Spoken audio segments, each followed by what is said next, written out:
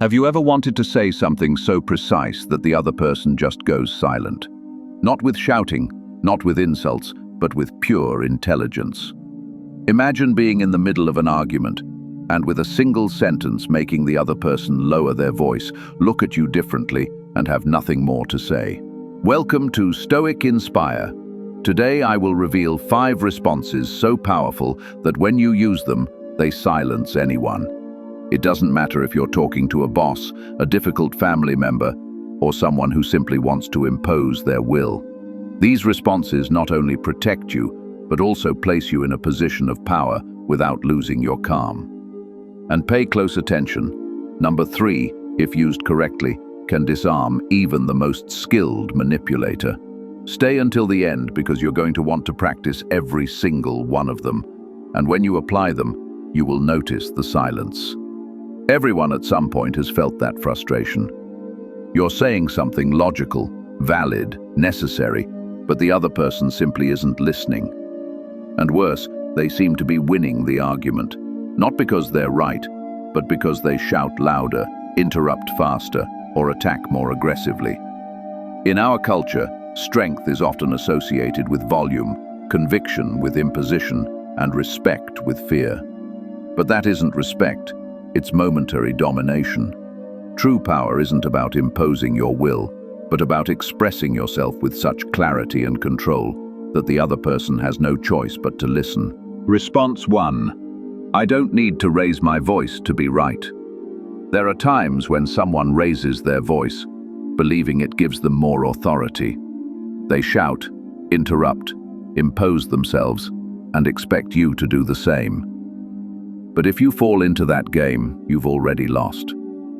This phrase is an elegant way to step out of the noise without leaving the conversation. Imagine a meeting, a discussion at home, or even a conversation on the street.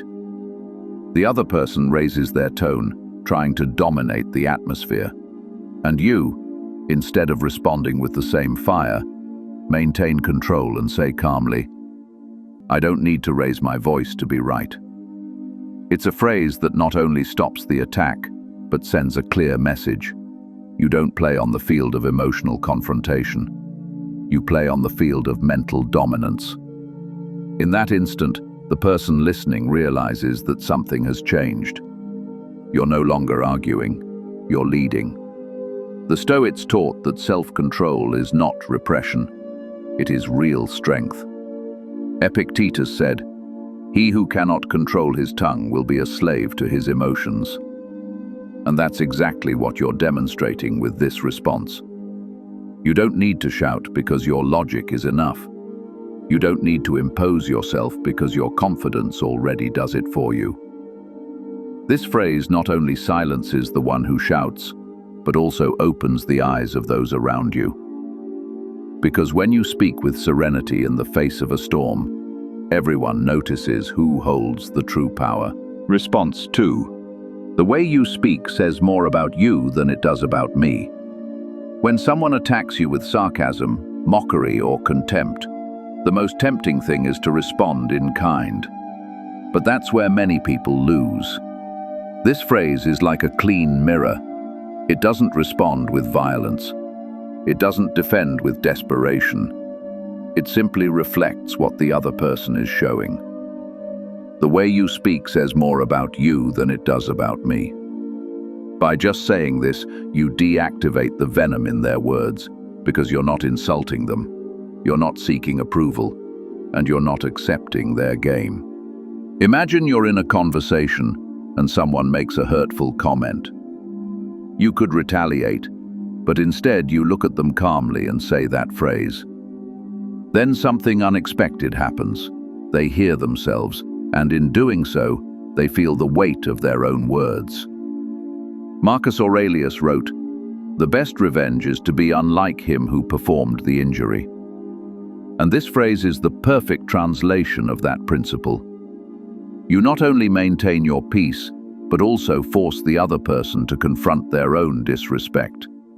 Furthermore, there is a powerful lesson here. When you don't react as they expect, you change the script. And when you change the script, you change the dynamic. This phrase is for those who have decided not to stoop, not to surrender, and not to let the attitude of others define who they are. The Stoics understood this more than 2,000 years ago. Epictetus, who was born a slave and ended up teaching wisdom to the powerful in Rome, said, "It's not what happens to you, but how you react to it that matters." And this teaching has incredible depth. What truly defines your character and the respect others offer you is not what you experience, but how you respond to what you experience.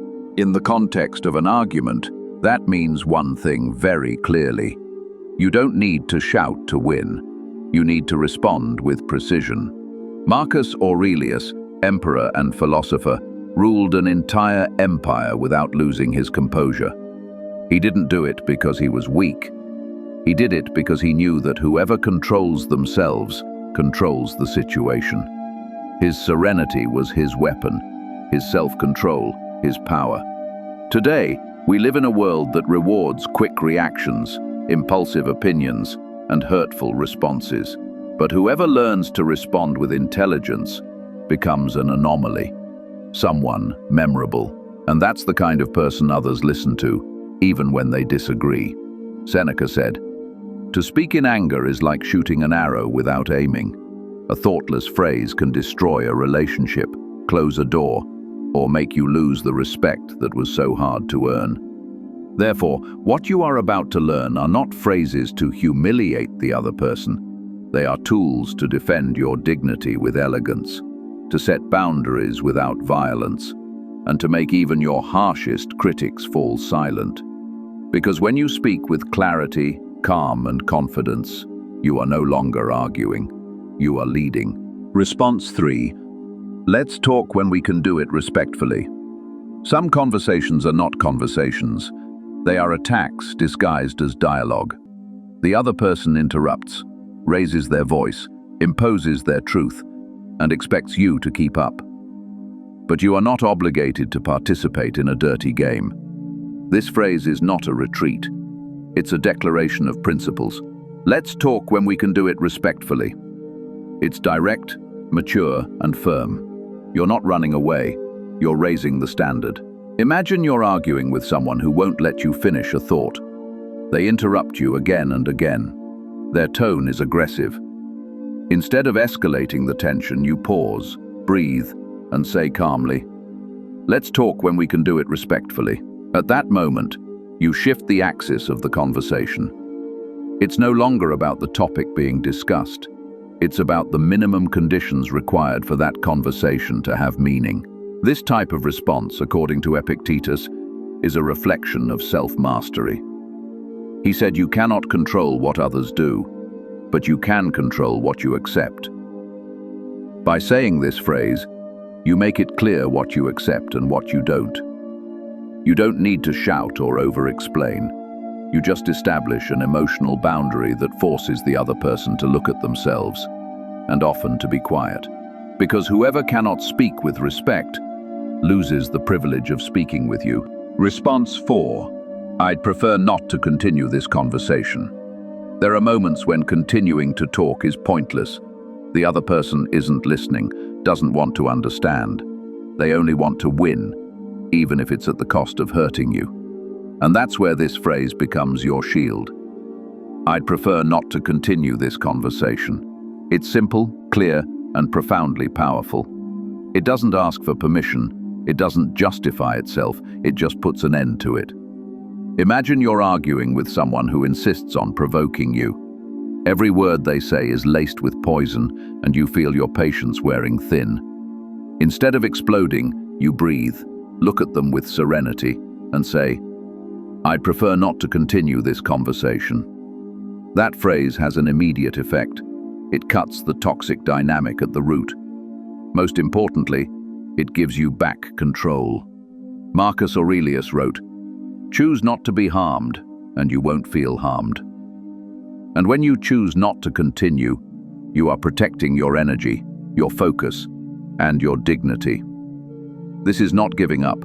It's deciding that your peace is worth more than having the last word. Whoever sees you do that understands you're not avoiding conflict, you're rising above it. This phrase is like locking a door, and sometimes closing that door is the greatest act of strength. Response 5. That's your opinion, and I respect it, but I don't share it. Not all arguments are with enemies. Sometimes they are with friends, colleagues, or family members who insist on imposing their worldview on you. They may do it with good intentions, but without realizing it, they cross your boundaries. That's when you need a phrase that marks your position with respect, but without yielding. That's your opinion, and I respect it, but I don't share it. It's a response that doesn't confront, but it does define. It's like saying, I hear you, I value you, but I have my own judgment. Imagine someone close to you insists on convincing you of something, a decision you don't want to make, a belief you don't share, a judgment you don't consider fair. Instead of arguing point by point or staying silent to avoid tension, you tell them in a firm, calm voice, that's your opinion, and I respect it, but I don't share it. What follows is magical. The other person is forced to accept your stance with no room to attack it. You're not dismissing their point of view, you're just reaffirming your own. Seneca said it clearly. To be a slave to the opinion of others is the worst of all prisons. And this phrase is the key to escaping that prison. It's an elegant way of saying, I think for myself, and I don't need your approval to do so. Using this response frequently gives you something few people have, emotional independence. And when someone notices they can't pressure you, they begin to respect you even more. Now you have 5 responses that not only defend you, but strengthen you. 5 phrases that, when said with serenity, confidence, and clarity, make the other person fall silent. Not because you've crushed them, but because you've risen above them. Respect isn't imposed by force, it's inspired by character. Let's remember them one more time. 1. I don't need to raise my voice to be right. 2. The way you speak says more about you than it does about me. 3. Let's talk when we can do it respectfully. 4.